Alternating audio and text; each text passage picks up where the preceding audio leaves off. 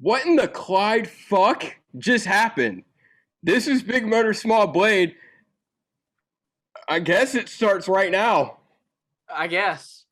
What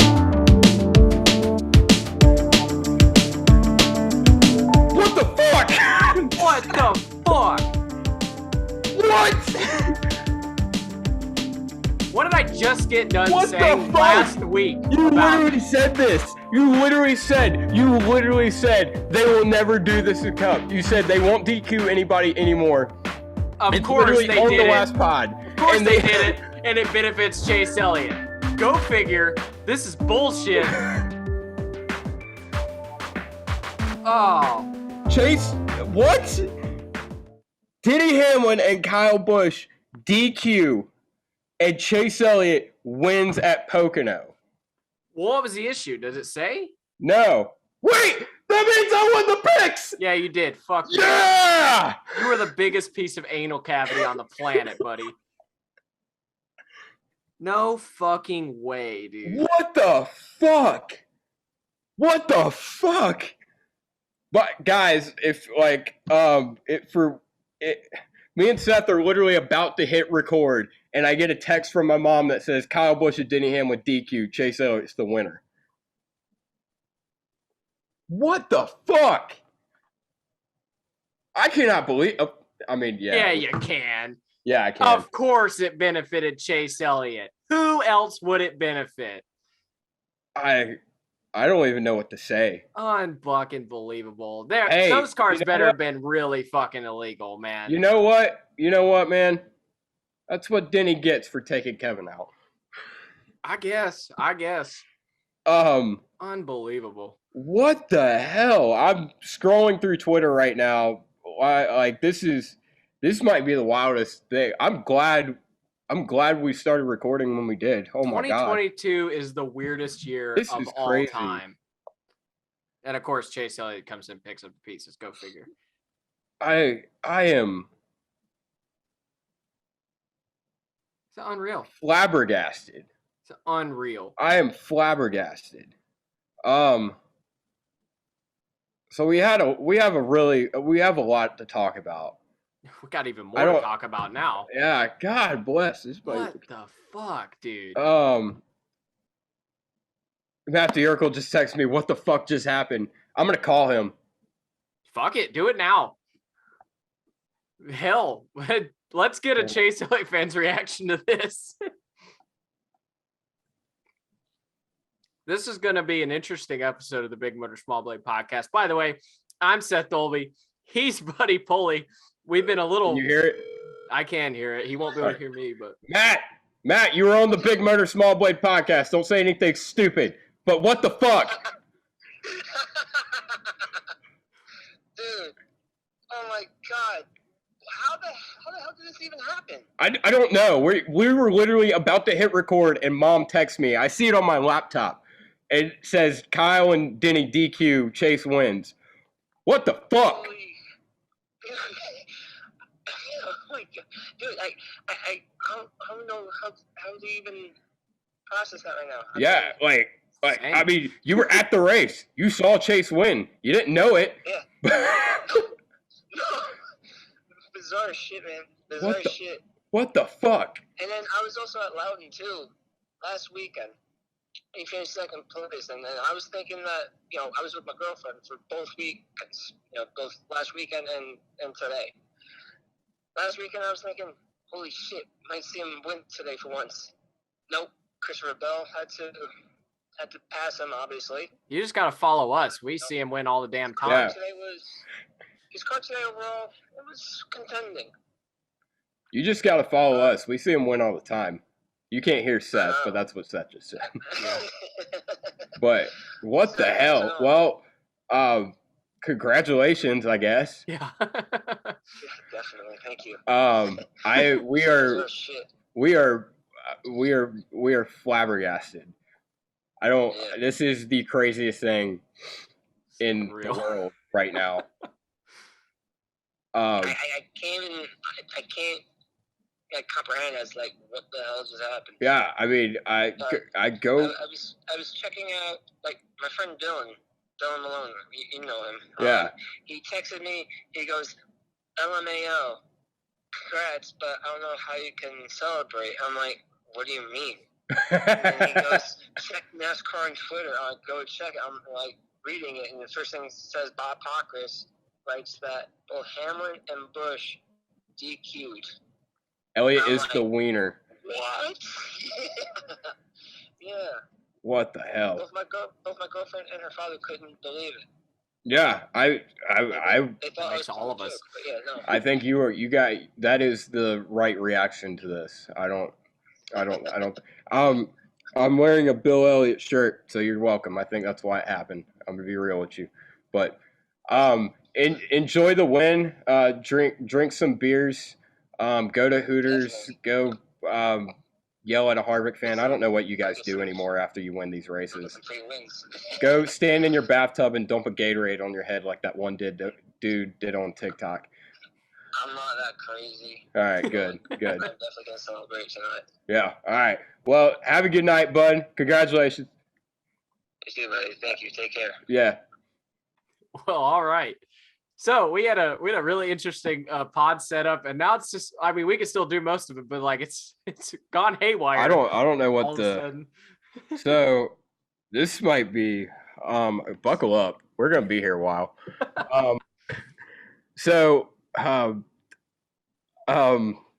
don't really. So they announced the Chicago street race. Everybody's mad about it. Of course. That's like 10 like huge news stories ago, though. I did want to say one thing about that is people said Chicagoland was great racing and they should go back. Chicagoland had bad attendance. They said Road America, though it had bad racing or okay racing, it had good attendance, so we should go back. People are making the same people are making that argument. You can't have both. You cannot have both. You need to pick one. Do you want good attendance or do you want good racing? That is what you were saying. We should keep both of these for very different reasons. Well, I think that kind of depends on the track a little bit, because like Road America is unique and it has great attendance. Chicagoland, it's like, now the racing had gotten really good there. Pocono is unique, but if we saw like subpar racing like we used to see there and bad attendance, we'd be screaming for it to be off the schedule. That's fair, but there's no guarantee. I think for the first year, there's a guarantee that the crowd of Chicago will be really good. There's no guarantee long term that the attendance will be very good.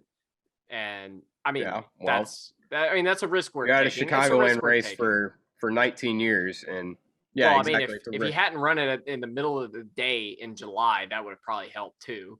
I don't know. It worked just fine for the first however many years. Yeah, okay, fair enough. But yeah. Eventually, they ran it at night, and then they ran it back during the day, and that definitely tanked it. That didn't help.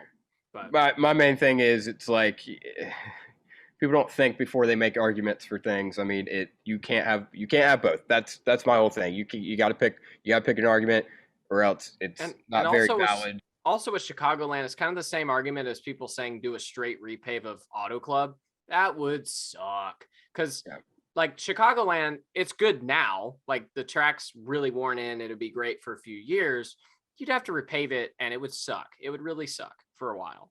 So there's that argument too. It's a whole thing. It's hard to really care right now because we just got the most bombshell news we've ever got. Yeah, I mean, I've been petitioning for this and I'm glad it's official.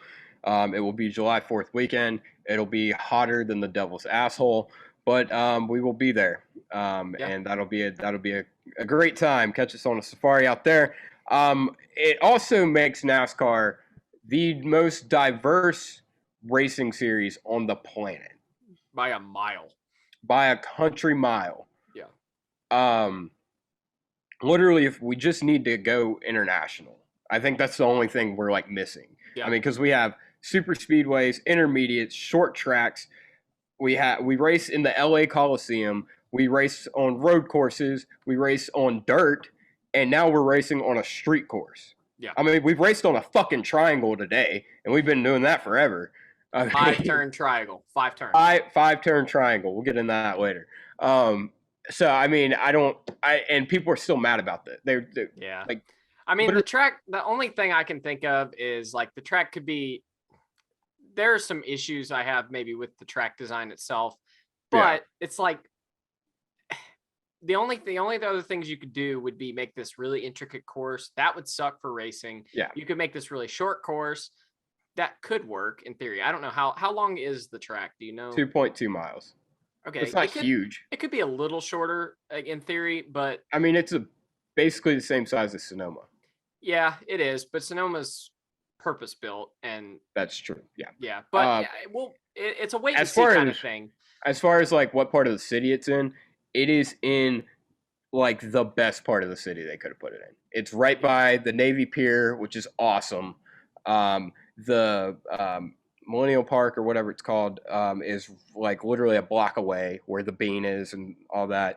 You're driving right parallel to Lake Michigan. I mean, it's just in a beautiful part of the city. It's going to be great. Literally, if you just use common sense, like people are worried about, we're going to get shot or something. You're not going to get shot. If you literally just use common sense. You ever been to a big city? You kind of know, okay, maybe don't go to that side of the city. Indianapolis, that's a great example of it. Detroit, yeah. Yeah. Just, use common sense. You know where to go and where not to go. Like, it's not hard. And if you don't, you can find out really easily. Chicago has plenty of events throughout the year that hold thousands and thousands of people. So, I mean, it's, if anything Soldier happens. Field doesn't have any issues. Wrigley Park or Wrigley Field doesn't have any issues. God forbid we have any issues, but if we did, it's not like it's on NASCAR for putting this there. I mean, in a sense, yeah, but. Now, the joke going around that they have a gunshot clock, like a lightning clock, was pretty funny, though. Like if they hear a gunshot, they got to wait 30 or 45 minutes before they out hearing another one. Yeah, instead of a lightning clock. I thought that was pretty funny. That is funny. I'll give them that one. Yeah. But hopefully it just stays as a joke. It's not. We have to actually use.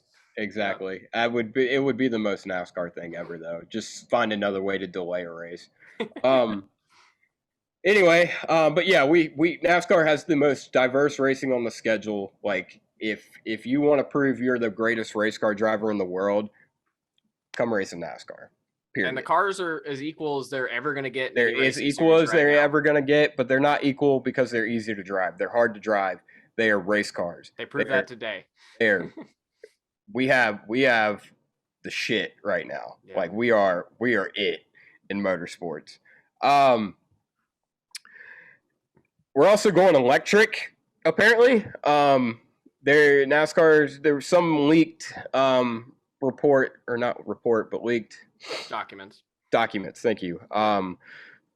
That there's going to be an electric series next year, possibly. I think what it was like 6 races. They were going to be companion with Cup. It was going to be like 12 cars. Each manufacturer had 3 or 4 cars.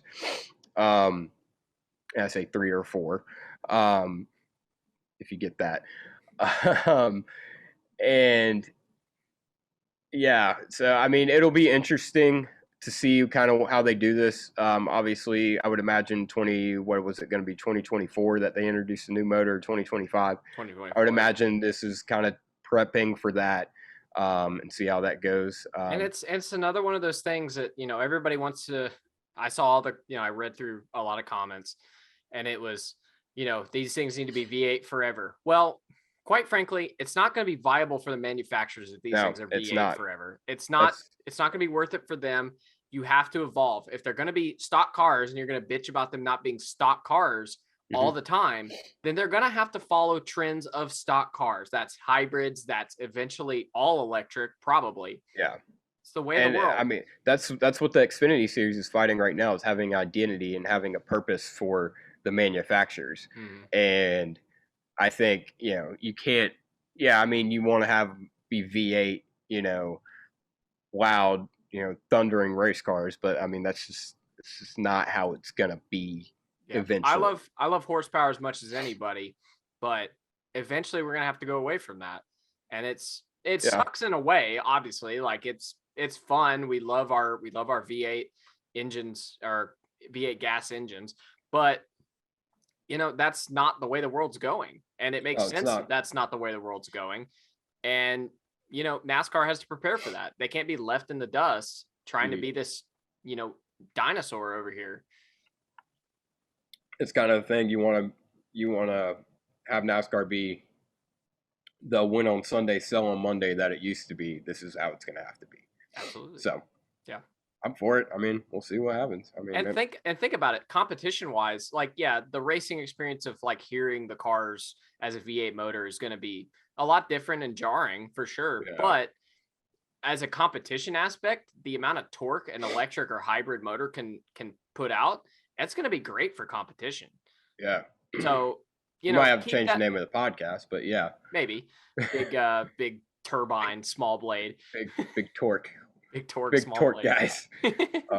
But competition wise, it'll be fun. So definitely, if you're on that, V8 or bust thing, keep that in mind. Like, we still can get a lot of torque out of electric or hybrid. So you're wild. Don't give up on it. You're wild. I know. You're wild. Yeah. And then a truck and Xfinity race happened this weekend as well. Trucks, it was the regular season finale. Zane Smith won the championship, the regular season title.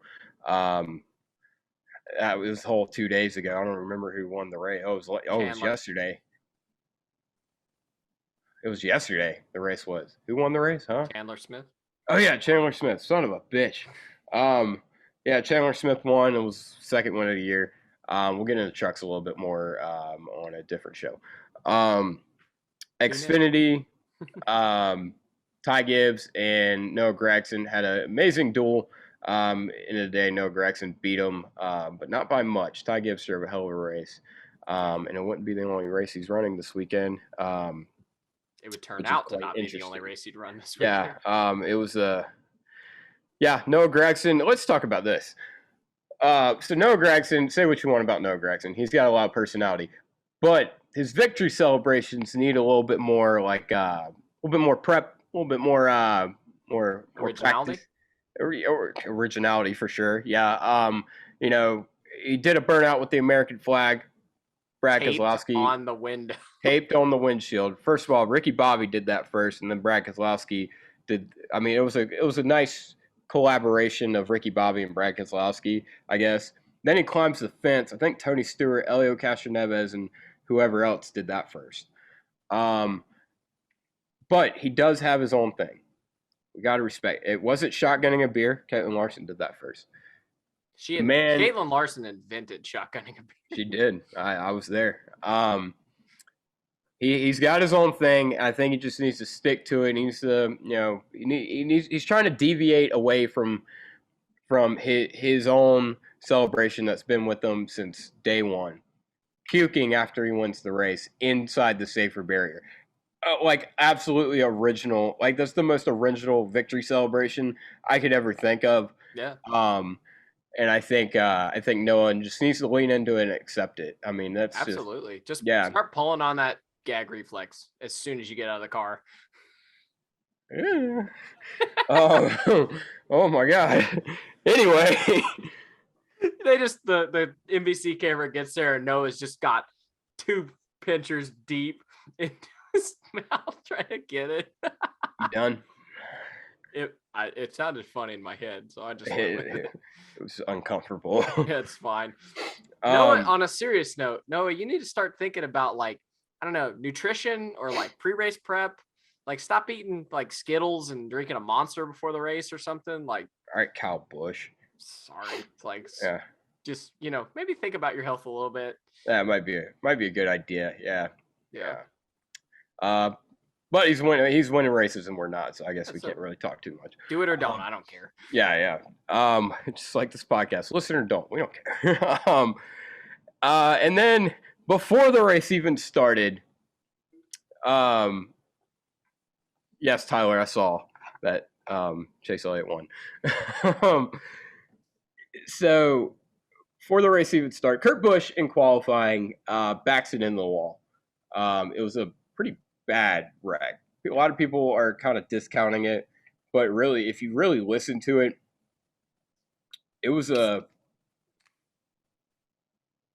very rough impact.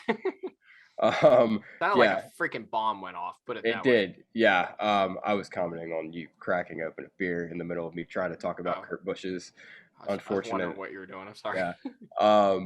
But yeah, he ends up backing it in the fence, hits hard, ends up getting a concussion, or he's under concussion protocol.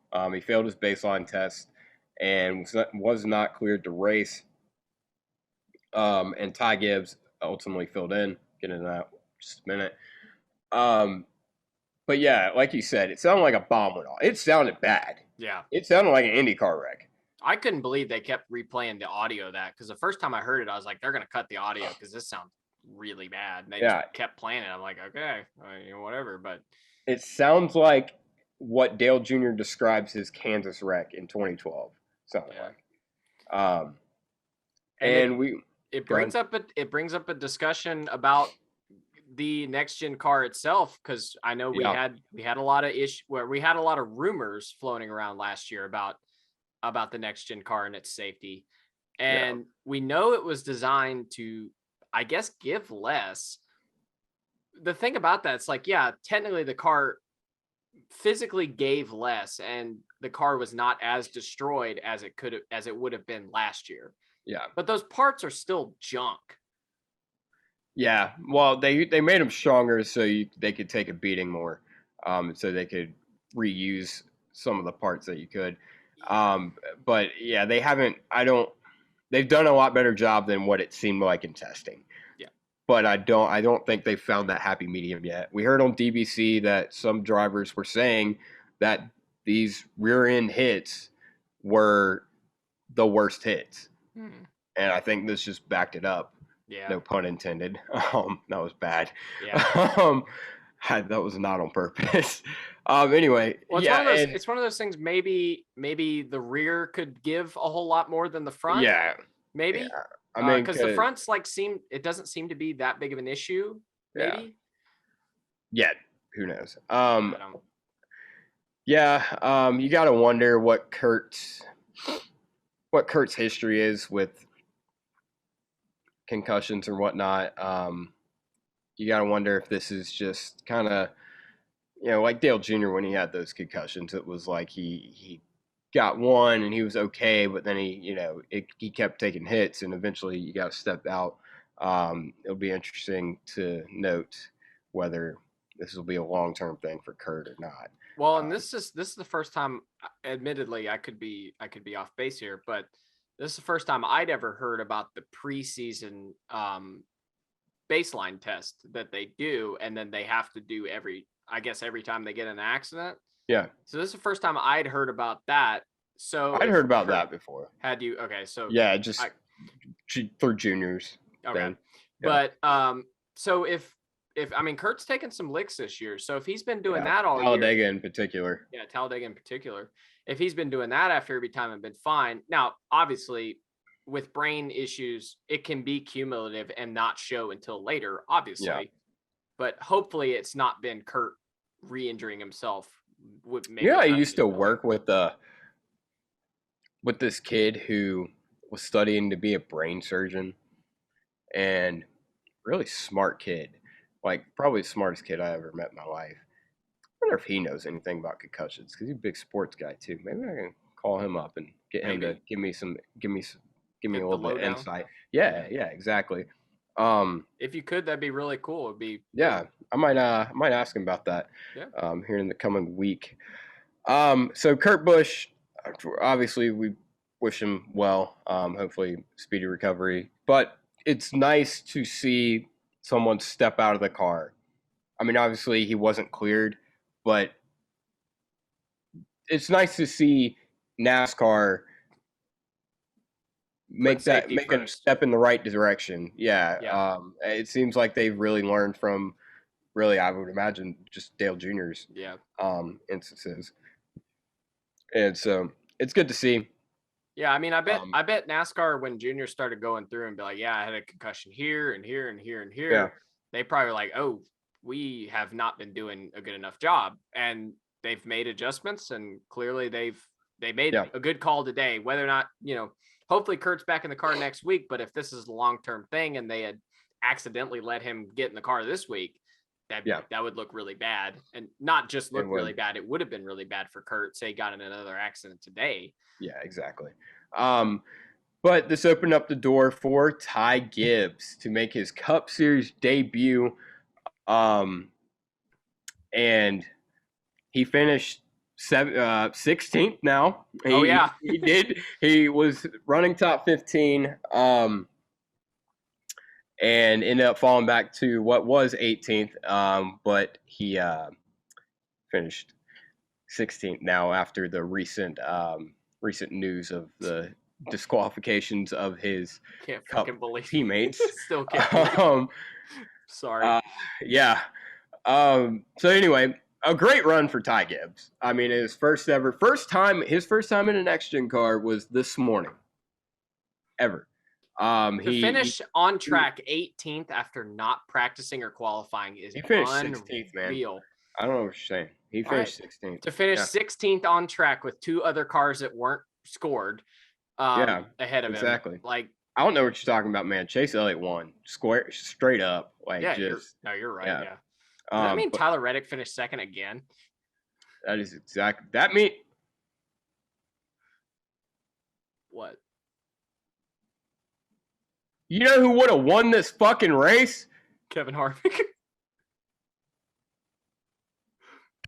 I'm so sorry. Buddy's giving up on the podcast. Oh no. So yeah, if Denny Hamlin and Ross Chastain didn't get in a pissing match, then yeah, Kevin Harvick would have won this race. And I can't believe we just dawned on this. And Buddy, I'm so sorry. There you go. All right, we're back. So yeah, anyway, Ty Gibbs, he had a great run today. He finished 16th in his Cup Series debut. Sorry,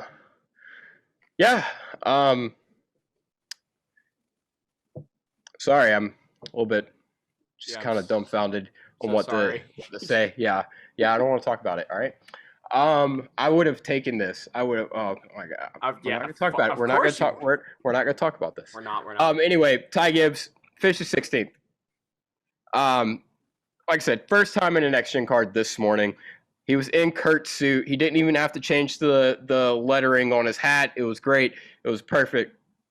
It is odd that is like the one time Kurt's not driving the Monster car that the Monster Xfinity guy replaces him. It's odd. But it's still odd to me that they didn't just tell him to run his regular fire suit. Like, they're both sponsored by Monster anyway. It's sad, that's not how sponsorship works. I guess. But Ty, a lot of people say this is foreshadowing in a sense, because there's been all sorts of speculative rumors on who's going to be in what car, specifically a 2311 or Toyota car in the coming years. And especially next year when it comes to the 18 car. Ty Gibbs obviously had a good showing today, kept his nose clean, raced smart. Kyle Busch finished 30 whatever he did, completely on skill and talent. He totally ran there all day. And it opens up the door, because obviously, if you haven't heard, we'll go ahead and repeat the statement, but I imagine if you know anything about NASCAR, you've heard the statement already from Dave Wilson at he said to NBC Sports. If you don't know who Dave Wilson is, he's like the head of TRD. He said, if there's not sponsorship there, maybe we can create a bridge somewhere. We have contingency plans. Rest assured, we're thinking about every way this would go. We're in a bad place right now. We've got some tremendously heavy lifting in front of us in regards to Kyle Busch's returning to Joe Gibbs Racing and TRD. So obviously, Ty Gibbs got to be the top pick. I know they've said haven't they said he's going to be in Xfinity next year? They have, but that could easily change. Yeah, especially when your grandfather owns the company. And you're backed by Monster. Yeah, exactly. So obviously a good showing today for Ty.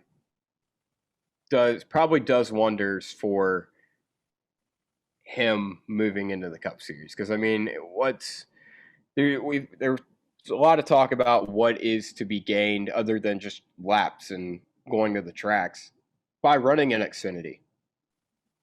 Ty's already proven he can win in Xfinity. I said it a while back. I'd like to see what he can do as far as how he handles running for a championship and his maturity level there.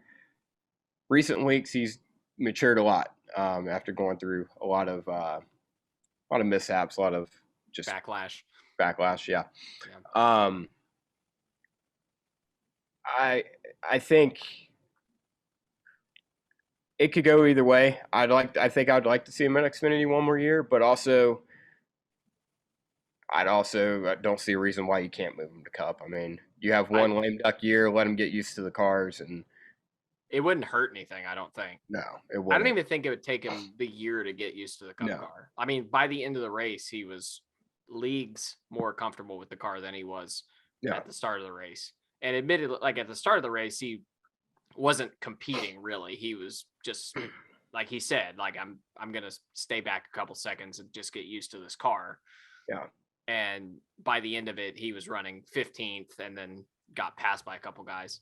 But yeah, and then passed two other guys after checkered flag. Great job. There's a joke in there somewhere, and I'm not going to take it. But okay. But yeah. Driving wise, there's nothing to be gained from Ty. There's nothing to be gained from Ty staying at Xfinity another year, and there's nothing to be lost. There's nothing to be lost from moving him to Cup next year. Yeah.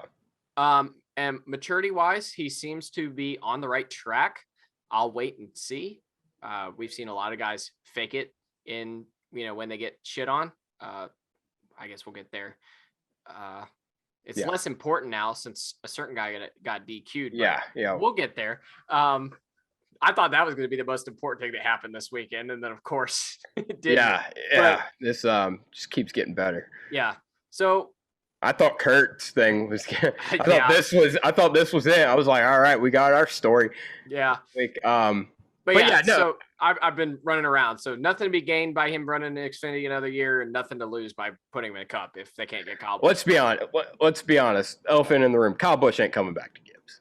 I'm gonna say it right now. He's not coming back to Gibbs. Not for any longer than a 1-year contract. No, he's not coming back because here's the thing. David Land made a good point. I believe it was David Land. Because he was saying Adam Stern told him that companies have their plans and budgets set for next year by the time we get to the third quarter of the fiscal year. Yes, exactly. Yeah. That's September, right? August, September. We are there. We are basically there. You are not going to find a Cup sponsor to fill not only the races, but also put up the money to fund Kyle Busch. That's the only reason I say no more than 1 year, because you could see TRD maybe. I don't think there's financing it. Why for 1 year? Why are they going to do it for 1 year? Just to keep Kyle? In the hope of getting a bigger long-term deal done next year. And Kyle would be essentially waiting on Stuart Haas to announce going to Dodge or Honda or whoever they're going to go with. I don't see that happening. If that's the only way I'd see him doing that is, because if you're Kyle Busch, you got to think about this. They've known M&M's was leaving forever, like since last December. Why are you going to give them? Why they haven't? He clearly doesn't feel like they've given a really yeoman's effort to go find a sponsor for him. Allegedly, they had Oracle as a sponsor, and that fell through. But that's the only real prospect that we've heard of. Yeah. And if I'm Kyle, you've had a year to do this, or 8 months, and you haven't really made much, if any, progress towards it. Nah, fuck you guys. I'm the top. Yeah. I'm one of the top guys in the sport.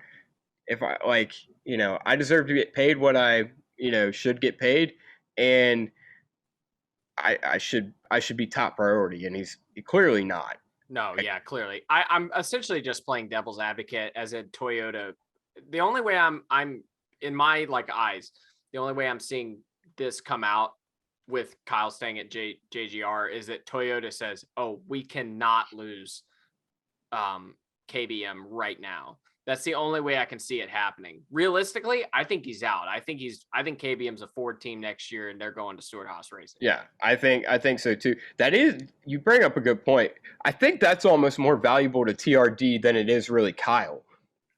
I think because that's more valuable to TRD than Kyle is himself. That's what I mean. Yeah. Because they have Thor Sport. But Thor Sports, that's not Toyota. That's not like they're. Yeah, that's not that we have. Not that we have factory teams, but we've seen Thor Sport flip flop between Ford and Toyota. Like it seems like every other year. It hasn't been, but it seems like every other year. So, I guess you put your full support into that, but they're really losing their flagship truck team. Yeah. Now, how much value you really put into the truck series, I mean, that's to be seen. We'll see. Yeah. But yeah, I feel like that would be TRD is the driving force behind whether or not Kyle Busch stays. I think Gibbs has kind of closed the book on him. He's given very PR vague, like, oh, I hope we can figure something out.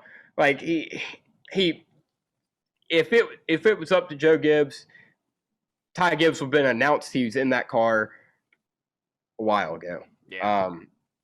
And I think it's really these past couple weeks, really this past week with everything that's happened, that has kind of opened my eyes, at least, and probably everybody else, as to what actually is going on behind the scenes there. And it's amazing to me because Kyle Busch has essentially built the Toyota program, and he 100%. He won their first race. He won. I mean, it was literally Gibbs went to Toyota in 08, and that was Toyota's big play. Like, if we're going to make it in Cup, this is what we need to do, because they had Bill Davis Racing in 07. They had Michael Waltrip Racing, and they had Red Bull. Yeah. And none of those teams are there today. They're struggling to make races. Yeah. And yeah. They were struggling to get in the field, and then they go to Joe Gibbs, and Kyle Busch wins them a race in four attempts.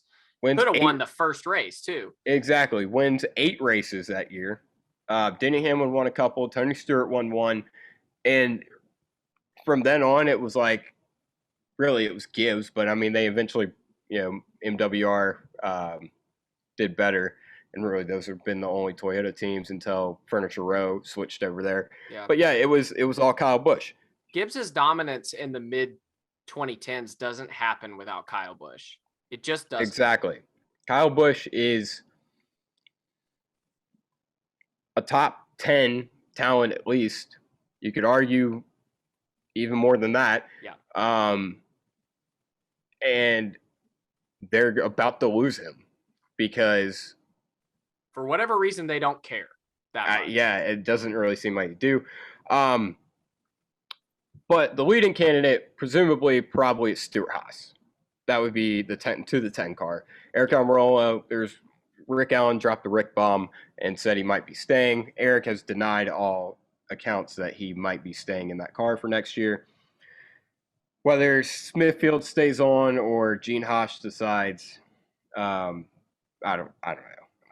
Between Smithfield and Ford, I can't imagine the two of them not wanting to get Kyle Busch in that car. Make your point that you've been wanting to make since Kurt Busch was at that team. Oh, there we go.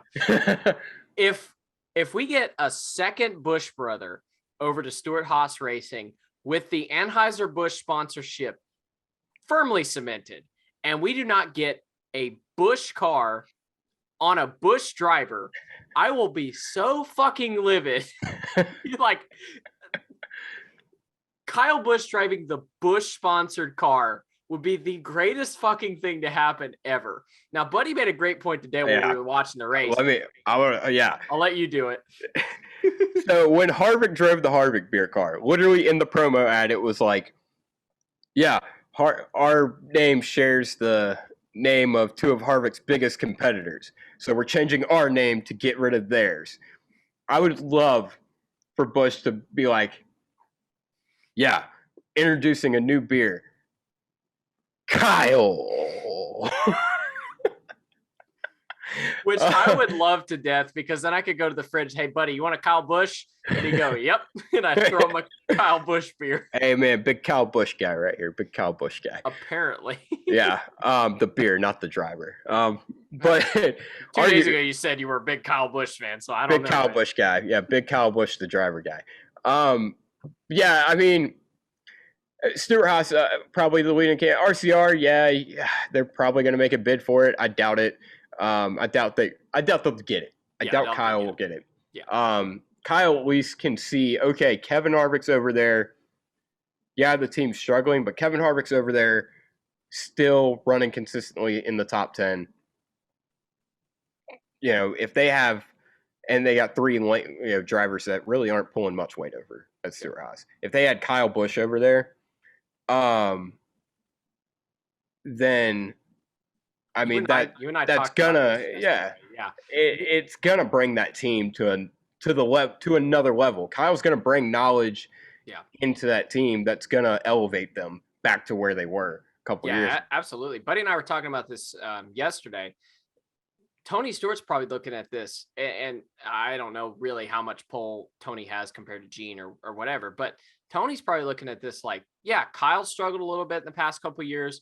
Kevin struggled a little bit in the past couple of years. You put those two together, you're going to have a dynamic duo. I think that's not hyperbolic at all. Like they're smart enough to, both Kevin and Kyle, they're veterans of the sport. They're smart enough. Obviously they've had their differences and have their immature moments. I think they're both smart enough to understand, to put that aside and understand why this would be good for both of them. And this will be perfect because Kevin Harvick, he's end of his contracts next year, probably going to retire. And this will be almost perfect for building the future because you'll have Kyle Busch for another, 10 years maybe. Chase Briscoe has shown promise. You can elevate him, bring in the next Ford driver, whoever the fuck it is. You'll have KBM essentially then that can bring in those prospects. And you really build the future of your team with Kyle Busch. That's why Toyota is bamboozled. I guess Toyota has their own developmental program, and their KBM's just kind of the straw that they use to bring them through. But we'll see though, because Toyota's been using Kyle Busch as a tool. Yeah, but imagine that crop of drivers without being able to go to Kyle Busch and get mentored. That's a huge resource that it seems like TDR is not really taken into account, or they just decided it's not worth it financially. I'm not sure. Yeah. TDR, you mean TRD? Yes. That's what I meant. Yes. Yeah. I think Stewart-Haas is the obvious option. I think it works best for both options. And apparently he's already been in talks with them. There's a reason they haven't announced anything. Apparently they've been in very extensive talks with Kyle Busch from what rumors suggest. So I think, it's my whole thing about this day was going to be what a great day this is for Denny Hamlin, because I mean, Kurt unfortunately gets hurt, but he just signed Tyler Reddick last week or whatever. Yeah, Kurt gets hurt, but you bring in the hottest driver in Xfinity to replace him. Bubba gets a top 10 today, ran solid all race long. You win the race, you get revenge on Ross Chastain. But all that has kind of come falling down for him.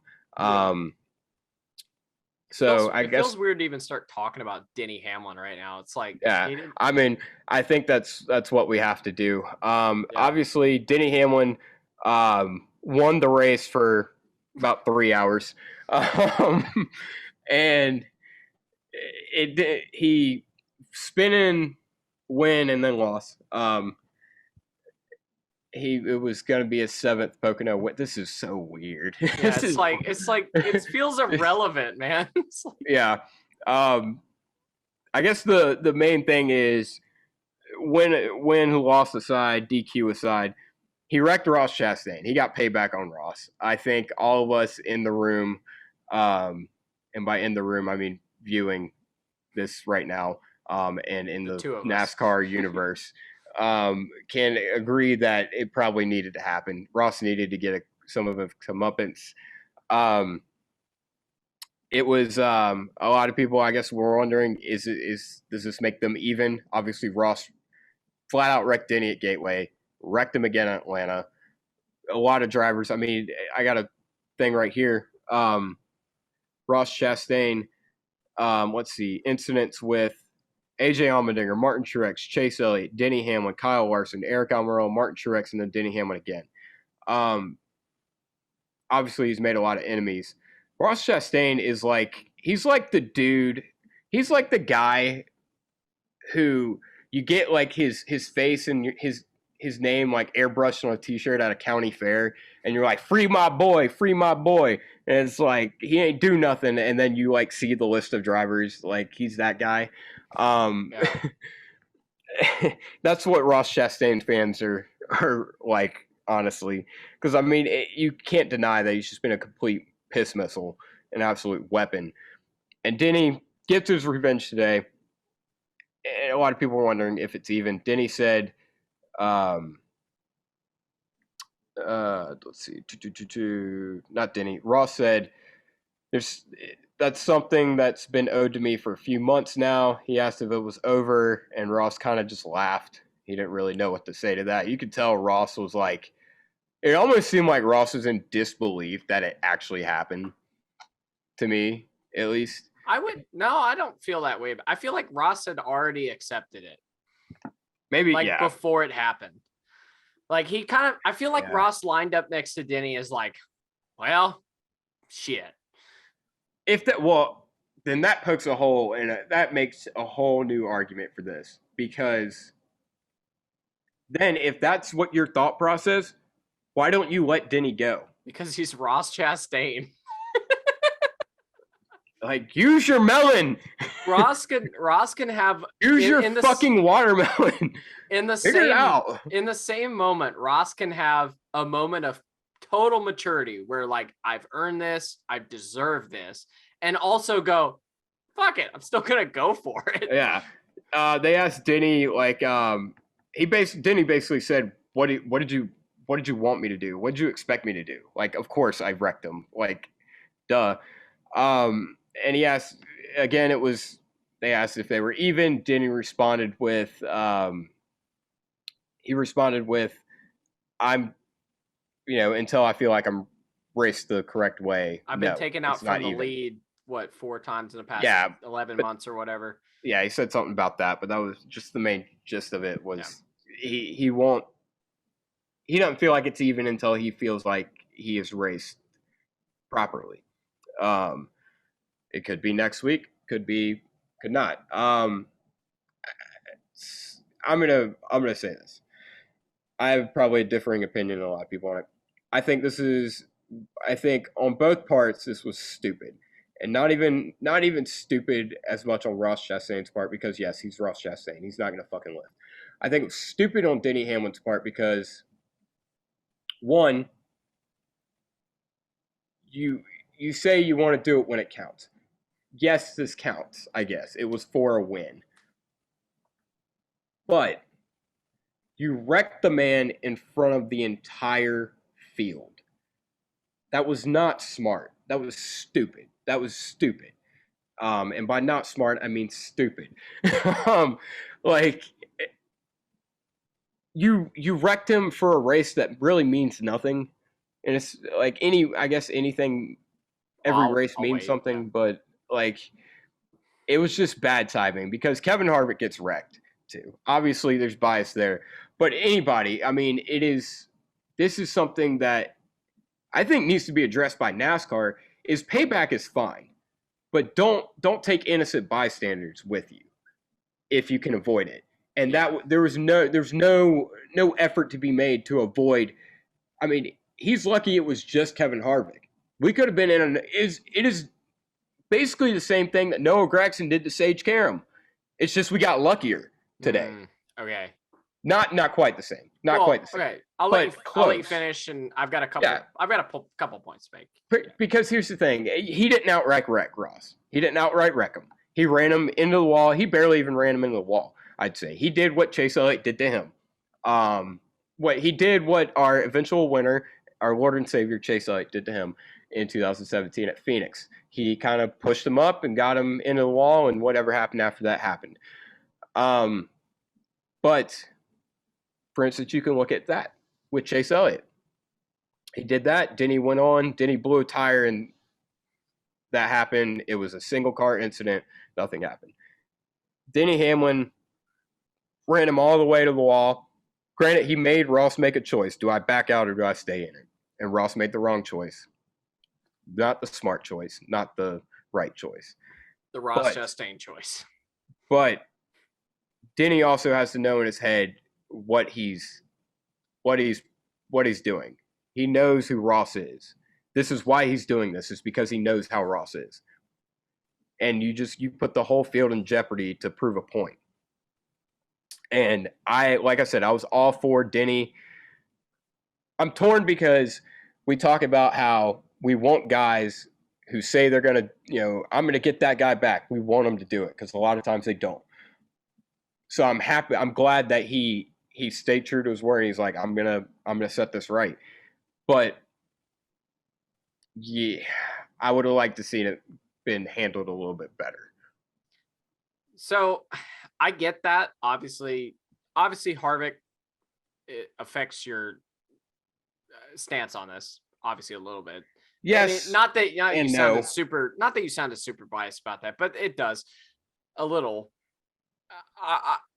I don't have. I just don't like to see my driver tweet or come on radio and talk about how he about ripped his wrist off. Ripped his hand off. It's disappointing that all that. It's very disappointing that all that had to happen. Yeah. But Denny gave Ross every chance he could to back out and fight another day. In that, Denny didn't go in there and punt him. He didn't go. No, he didn't. He absolutely didn't. And I'm not saying you said that, but I think Denny told him essentially with his car, "You're not making this corner unless you lift." And Ross said, "Okay, then I'm not going to make this corner."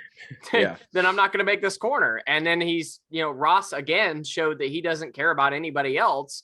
So like Ross, that's part of my thing is like Ross gets out of the car and he goes, "I've had this coming," but on the track doesn't go, "Okay, I have this coming. I know this is going to happen. I'm not going to take everybody else out with me or take a chance of taking everybody else out with me." I think this is just as much on Ross. Taking Harvick out is honestly more on Ross than it is on Denny, because Ross gets out and immediately admits he had it coming and still didn't take evasive action to avoid the accident. You're right. I mean, but you make a good point with that. Denny Hamlin also, here's my thing with Denny. Denny had to know he was playing chicken with a chicken with its head cut off. Essentially. No, that's fair. It's unfortunate this had to happen at a track like Pocono. It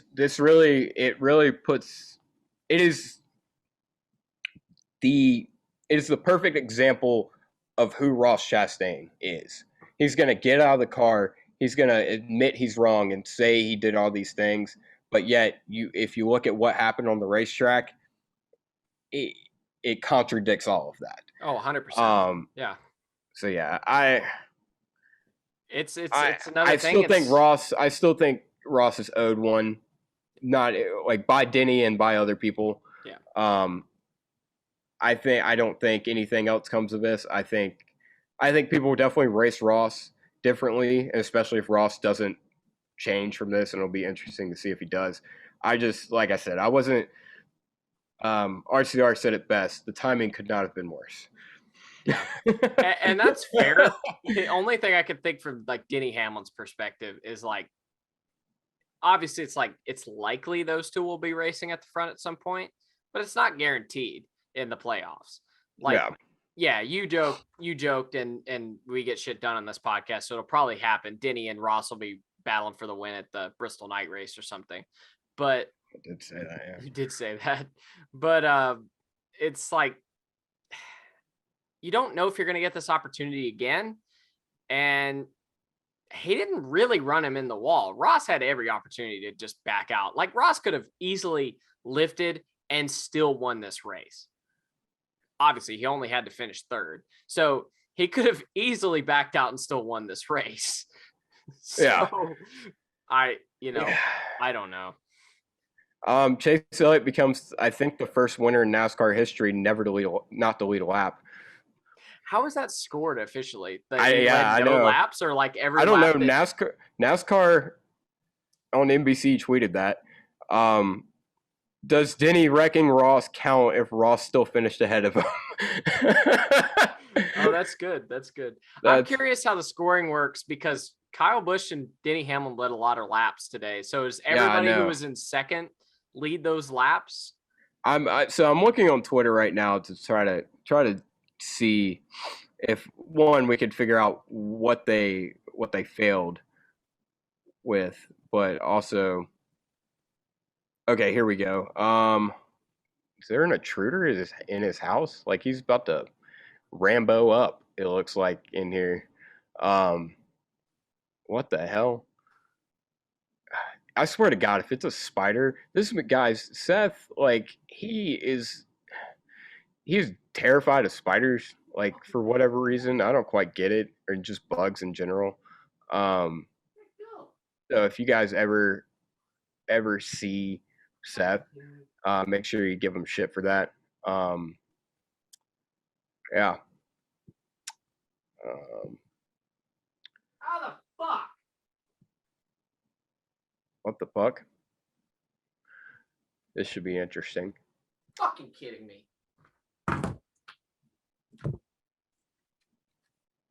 See that fucking mouse? It goes underneath my fucking jerseys. Dude, I pull every fucking bag I have out underneath the jerseys and it's gone. Like, there's no fucking hole there. How did it? Anyway. Watch. Yeah. I'll see him walk out there in a fucking half a second and I'll go, what the fuck? Anyway.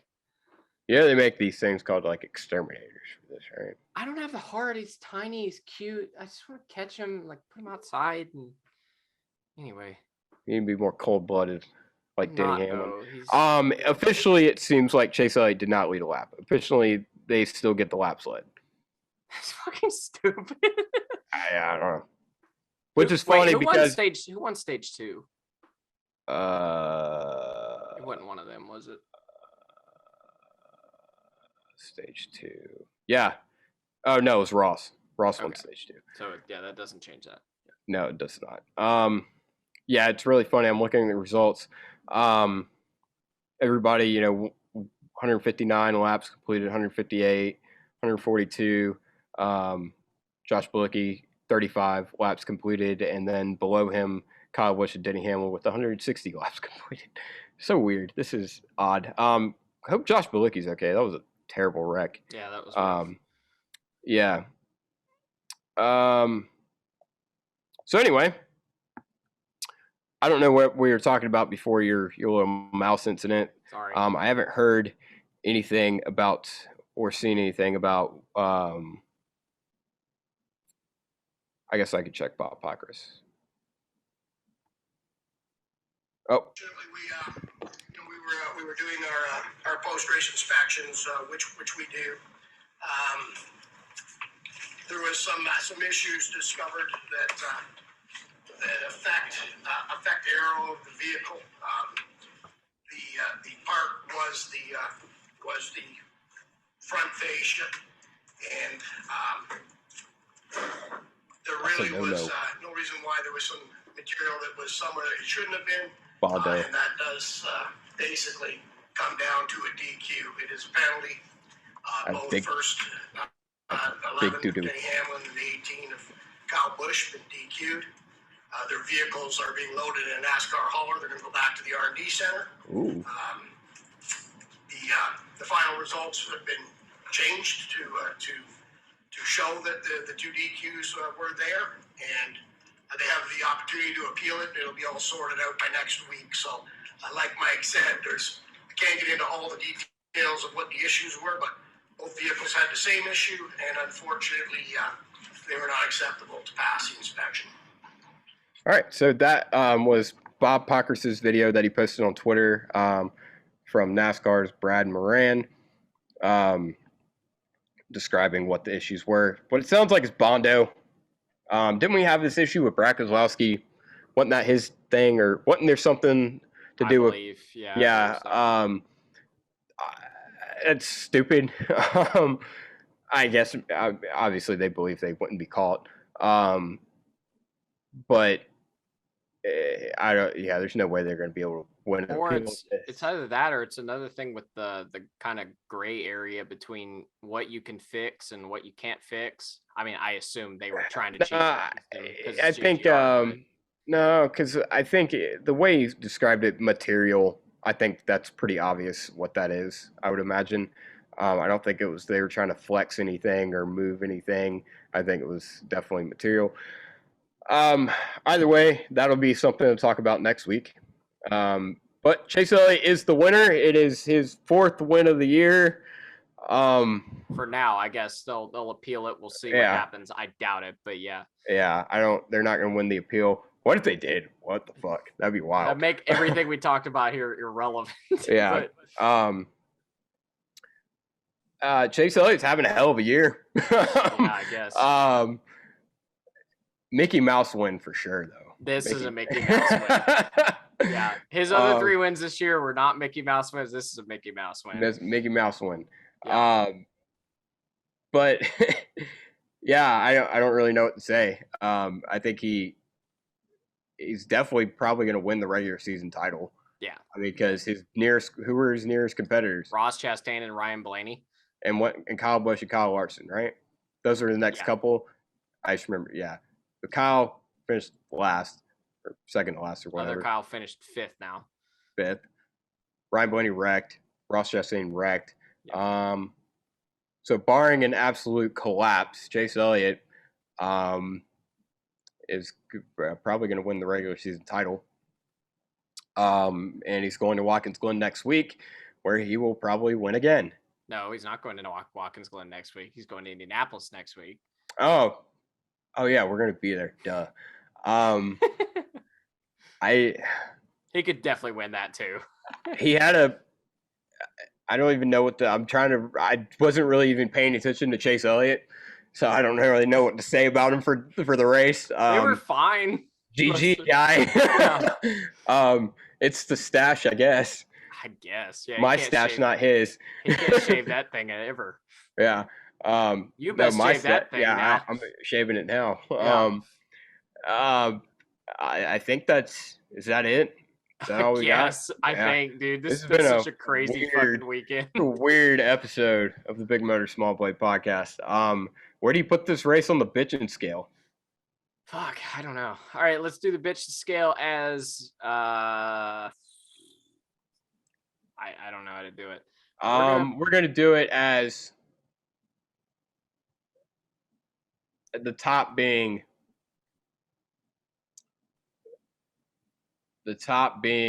winning a race without leading a lap. Yep. And the bottom is gonna be leading every lap and getting DQ'd. Okay. All right. I guess that's fair. That's fair. Where do you put this race? I'm gonna put this at leading a bunch of laps and not getting DQ'd. I don't know where that falls on the scale. I thought it was a solid race. I thought it was a good race. I did think it was a good race. It could be better. Aero. It's definitely a flat track problem with the aero thing. I think you could pass here. There were exciting moments. I think it was as good as a Pocono race has been. We saw a lot of guys losing it, which was, I mean, it's weird to say. It's nice to see, but it's nice to see that cars are, more proof that these cars are hard to drive. Mm-hmm. And drivers had to adjust throughout the whole weekend. So yeah, I thought it was a solid race. I think aero department, like I said, they did a great graphic or demonstration of how the diffuser works. There's a much narrower wake in the air, which it doesn't affect dirty air, but definitely affects like how you suck up on a car, and affects side draft. It affects how you suck up, and then a track where you don't have as many lane options, it's going to affect it more. Yes, and I think Pocono, it falls under that draft, and it doesn't suck up as well, and you don't get the side draft that you used to get. You still saw it more here than you have in any other race. So I think that's just kind of what we're going to have to deal with, or what, maybe they'll make some tweaks. I don't know. I don't think it was a bad race by any means. I don't see a reason to tweak it. But I think there's probably some things that are going to be done to the diffuser down the pipeline that will ultimately affect every racetrack. Shifting wasn't as big of a story as I thought it was going to be in this race. So that was cool. Shifting. I'm going to put this race, that's what we're doing, the bitchin' scale. I'm going to put it at a...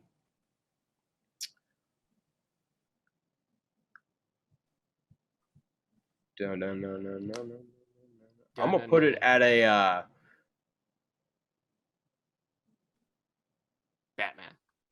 Batman, yep. A Batman. We're going to put it at a Batman. But like... we're going to put it at like a... Not quite like a Dark Knight Batman. We're going to put it at like a Batman v Superman Batman. Ooh. Batman, I thought Batman was fine in that movie. Do the animated series Batman.